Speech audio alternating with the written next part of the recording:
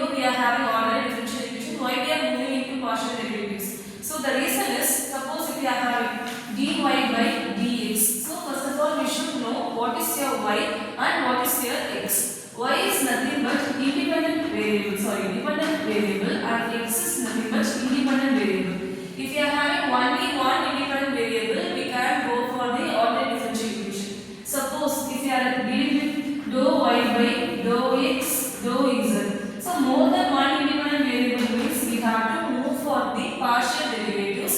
So in most cases, in most real world problems, we will use this partial derivatives because we are having many constraints to solve single thing. So that is why we are having more than one independent variable. So if we are having more than one independent variables means we have to go for the partial derivatives. So first of all we should know the basic formulas of partial derivatives. The partial derivatives formula is nothing but ordinary differential equation formula.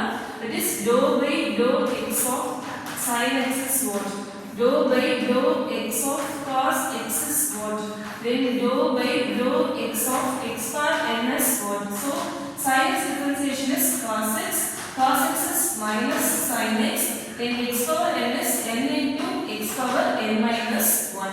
So these are the basic formulas to deal this unit because we are having Cartesian coordinates allowed for this unit. So we are having here formula as, if you are having x minus y into y minus z into z minus x. If you want to differentiate this equation with respect to w, if you are having this, if you want to differentiate this equation with respect to x, if you are having here addition, so how we can do dou w by dou x, that is w is a function of x comma y comma z. So w is your dependent variable, x y is that is your independent variable. First of all we are going to differentiate this w equation with respect to x. So whenever we are dealing the x, we have to consider y and z as constants. So you all have to remember constant differentiation is always 0. So we have to differentiate the first terms.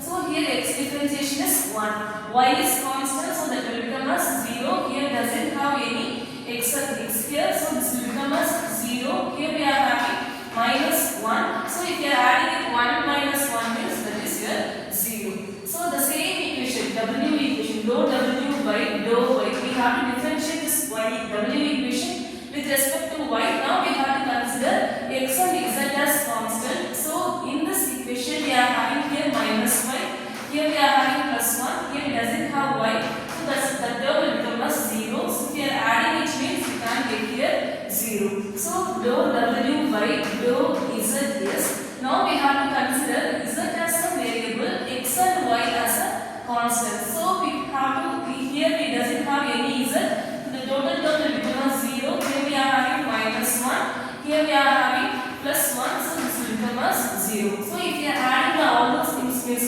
dou w by dou y plus dou w by dou z, dou w by dou y. If you are adding it means finally we are going to get here 0. So we all should know we are having here one dependent variable, we are having here three independent variable. If you are differentiating with respect to each variables, we are getting here finally 0. Suppose if you are having y equal to x square z plus x into cos z. Now we have to differentiate this equation with respect to z. So how we can do dou y by dou z.